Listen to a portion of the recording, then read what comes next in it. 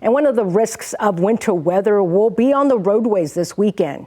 TxDOT has been working since Wednesday night to prepare roads for that incoming cold. TxDOT Public Information Officer Brad Wheelis joining us live right now. Brad, thank you so much for joining us. Thanks, Jenny. We understand you guys are busy. So starting Wednesday night, the roads have been pre-treated. Give us an update. How many roads, how many times do crews go over those major thoroughfares? Yeah, so we focus on those major corridors. Think I-35, anything with a US in front of it, or an SH, SH-29, SH-71. Those roadways are the first to get the pre-treatment. Those are our priority corridors. And then we fan out to the other corridors as resources allow. We want to remind folks that while we pre-treat these major roadways, we urge you to stay off the highways during this winter storm. You never know what conditions are going to do.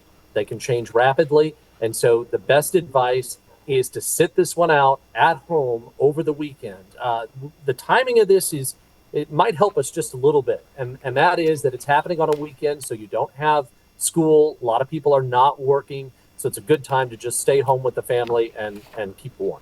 Brad, what about the brine that's already on the roadway? Any concern that it was washed away? We've had some rain. Yeah, so the brine is pretty sticky. It starts to activate as soon as the moisture hits it.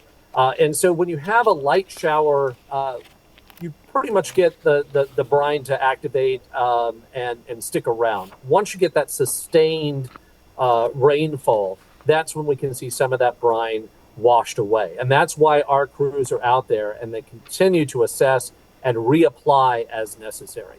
So we're out there 24-hour operations now going through the weekend so that we can be on top of this. But again, we're urging people not to get on the roadways. Even if they've been pre-treated and retreated, conditions can change and you should expect slick conditions. So don't travel unless you absolutely have to. And if you do have to, check drivetexas.org for the latest conditions. And remember to drive to those conditions slow, way down. That means 35 miles an hour on I-35 if you have to, if those are the conditions and you must be out there.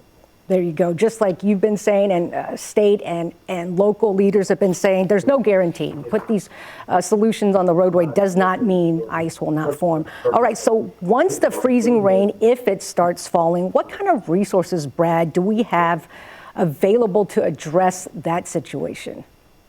Yeah, there are really kind of two ways to fight ice, and that is prevent it from happening in the first place. That's your pre-treatment there. And then the second avenue that we have to explore is melting that ice.